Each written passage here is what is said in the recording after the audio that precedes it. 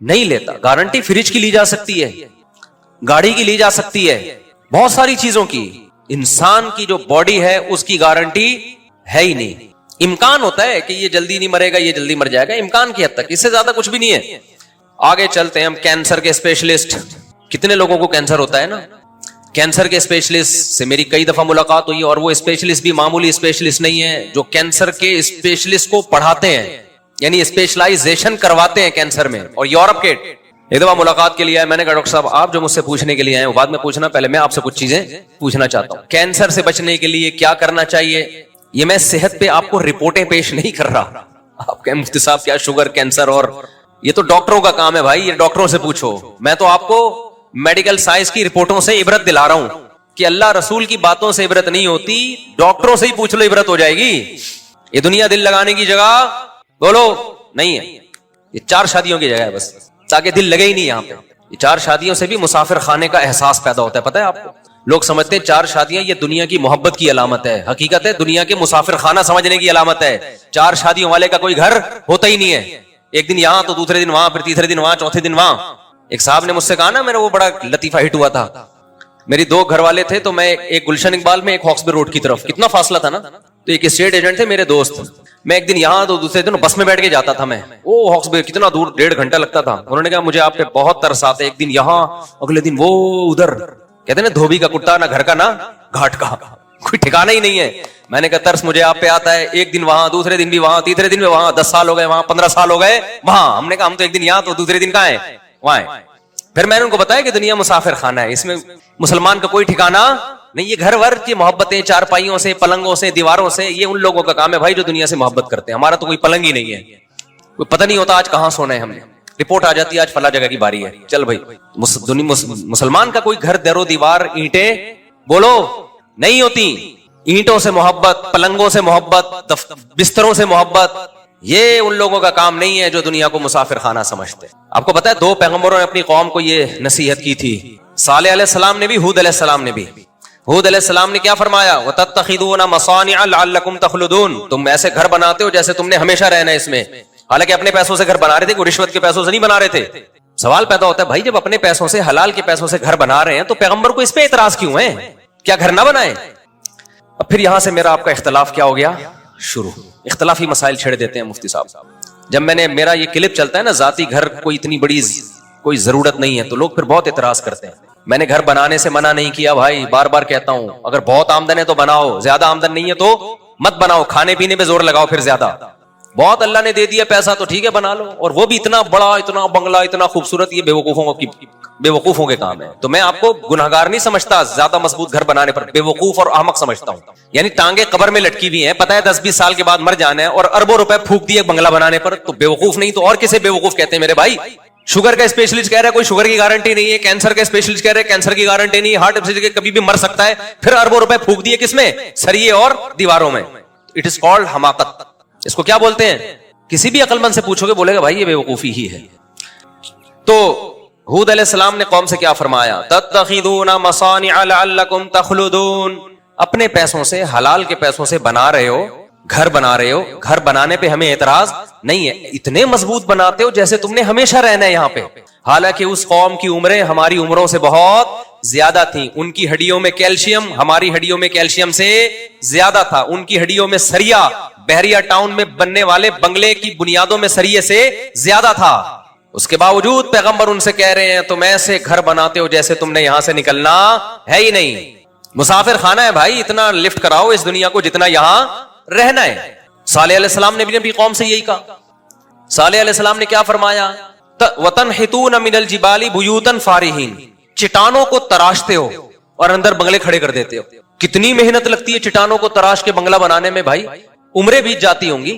تو اور صدیوں تک وہ گھر ابھی بھی نشانات ہیں. میں ترکی گیا ہوں نا, ترکی کے بارڈر پہ, وہاں آپ دیکھیں گے غاروں کے اندر پورے محل بنے ہوئے ہیں. اگر ان کو پتا ہوتا نا کہ یہ ولاگنگ کے کام آئیں گے ہمارے محل, ہمارے مرنے کے بعد, تو شاید وہ اتنی محنت نہ کرتے. وہ کہتے ہیں ہم تو اپنے لیے بنا رہے ہیں. 50 سال لگ جاتے ہوں گے اس محل کو تیار کرنے میں. زندگی میں کتنے سال رہ جاتے, 20-30 سال رہ جاتے تھے. کہتے ہیں بچوں کے لیے بنا رہے ہیں, تو بچوں کے لیے آپ پراپرٹی لے کے ڈال دو اگر اللہ نے بہت پیسہ دیا, یا گھر لے کے ڈال دو, لیکن یہ ذہن میں رکھو کہ جب یہ بڑے ہوں گے نا, یہ یہاں رہیں گے نہیں, اگر بچے ماں باپ کے گھر میں رہتے نا تو ہم سب آدم علیہ السلام اور اما ہوا کے گھر میں رہ رہے ہوتے ابھی. کیا خیال ہے بھائی؟ نہیں آ رہی بات؟ میرا خیال ہے اوپر سے گزرنا شروع ہو گئی. آدم علیہ السلام نے بھی سوچا ہوگا گھر بناؤں اپنے بچوں کے لیے, سارے یہاں پھر ہوتے نا بچے جیسے جیسے بڑے ہوئے مارکیٹ سے شارٹ ہوتے گئے. میرے والد صاحب نے گھر بنایا ہمارے لیے, ہم تو نہیں رہ رہے بھائی اس میں. کون رہتا ہے بھائی؟ سب کی جاب ہوتی ہے, کوئی کہاں چلا جاتا ہے, کوئی کدھر چلا جاتا ہے. تو اتنی ٹینشن نہ لو, بچہ کے لیے اللہ نے وسائل دیے تو چھوڑ کے جاؤ, لیکن یہ ذہن میں رکھو بچہ 2 ہاتھ اور 2 پاؤں لے کے آتا ہے. اللہ نے کچھ اس کو بھی کہا ہے کہ تو بھی کچھ ہاتھ پاؤں مارے گا, لہذا بچوں کی زیادہ ٹینشن لے کے وقت سے پہلے قبر میں مت جاؤ. توکل کرو, اللہ پہ اعتماد کرو. یہ 2 ہاتھ اور 2 عدد پاؤں لے کے آیا ہے, بغیر ہاتھ پاؤں کے نہیں آ گیا. یہ 2 ہاتھ اور 2 پاؤں اللہ نے پیٹ ایک دیا ہے, اور 2 ہاتھ میں 10 پیٹوں کو بھرنے کی صلاحیت دی ہے. سمجھتے ہو؟ یہ کما زیادہ سکتا ہے, جتنا کھائے گا اس سے 10 آدمیوں کا زیادہ کمائے گا یہ. تو بچوں میں اسکلز پیدا کرنے کی کوشش کرو, زیادہ پیسہ انویسٹ کرنے کی کوشش نہ کرو. اور میں نے دیکھا ہے جن لوگوں نے بچوں کے لیے بڑی بڑی جائیدادیں چھوڑ کر گئے ہیں, بچوں میں کوئی اسکلز تو تھی نہیں, کمانے کا کوئی طریقہ تو آتا نہیں تھا, وہ سارے کروڑ روپے بچے برباد کر کے پھر زیرو ہو کے بیٹھ جاتے ہیں. اس لیے بچوں میں کوئی قابلیت پیدا کرو, اس کو زیادہ فوکس کرو. آپ دولت جمع کرنے کو زیادہ کیا کر رہے ہو؟ فوکس کر رہے ہو. اور بچہ بالغ ہو جائے نا, پڑھائی سے زیادہ کاروبار کی فکر کرو اس کی. پڑھائی میں آج کل کچھ نہیں رکھا ہوا. پڑھانا ہے تو گھر میں ہوم اسکولنگ میں پڑھاؤ. کچھ یہ الگ سے ٹاپک ہے, اس پہ تو بہت کچھ بولنے کا ہے ابھی.